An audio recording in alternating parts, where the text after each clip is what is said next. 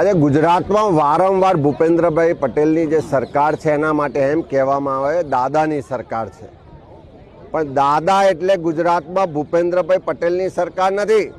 આજે ગુજરાતમાં દાદા એટલે જે ગુંડાઓ છે, જે દાદા કહેવાય એ દાદાઓની ગુંડાઓની સરકાર હોય એવી સ્થિતિનું નિર્માણ છે।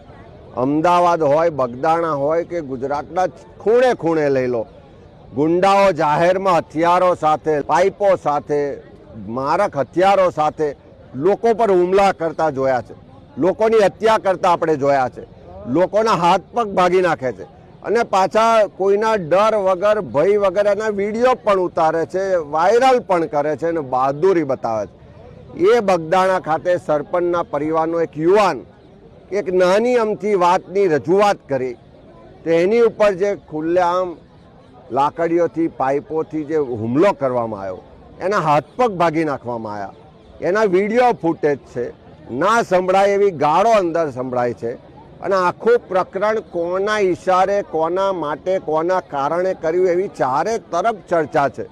કોળી સમાજનો એ યુવાન છે, કોળી સમાજમાં મોટો આક્રોશ આખા સૌરાષ્ટ્રમાં ફાટી નીકળ્યો, એના કારણે સરકારે થોડા પગલાં તો ભર્યા, પણ ગુજરાતમાં ગુંડાઓને આ સરકારનો કોઈ ડર નથી રહ્યો।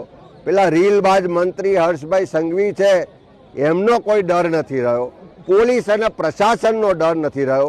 ગુજરાતમાં આજે કોઈ પણ પરિવાર સલામત નથી, ત્યારે આ ગુજરાતમાં ભૂપેન્દ્રભાઈ પટેલની દાદાની સરકાર નથી ચાલતી, ગુજરાતમાં દાદા એટલે ગુંડાઓની સરકાર ચાલી રહી છે।